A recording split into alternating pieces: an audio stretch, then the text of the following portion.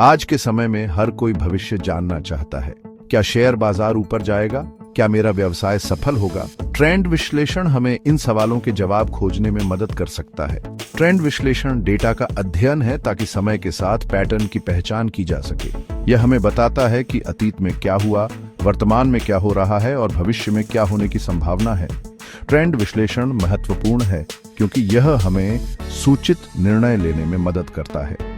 अगर हम जानते हैं कि भविष्य में क्या होने की संभावना है, तो हम अपने वर्तमान कार्य करने के तरीके को बदल सकते हैं।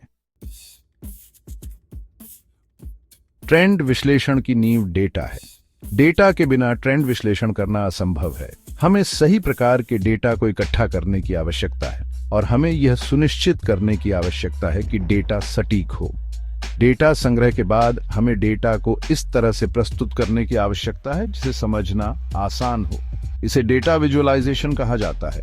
ग्राफ, चार्ट और मानचित्र डेटा विजुअलाइजेशन के सभी उदाहरण हैं।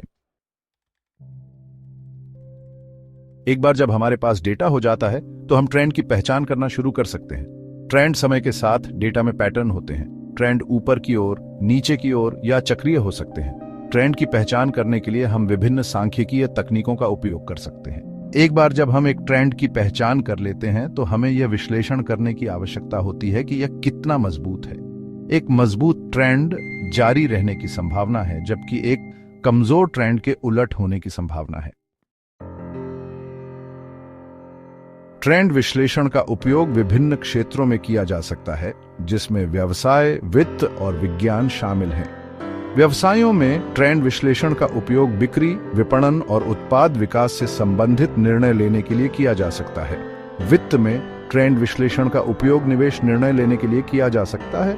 विज्ञान में ट्रेंड विश्लेषण का उपयोग जलवायु परिवर्तन और बीमारी के प्रसार जैसे रुझानों का अध्ययन करने के लिए किया जा सकता है। ट्रेंड विश्लेषण के लिए कई अलग अलग उपकरण उपलब्ध हैं, जैसे कि माइक्रोसॉफ्ट एक्सेल, गूगल ट्रेंड्स और टैब्लो।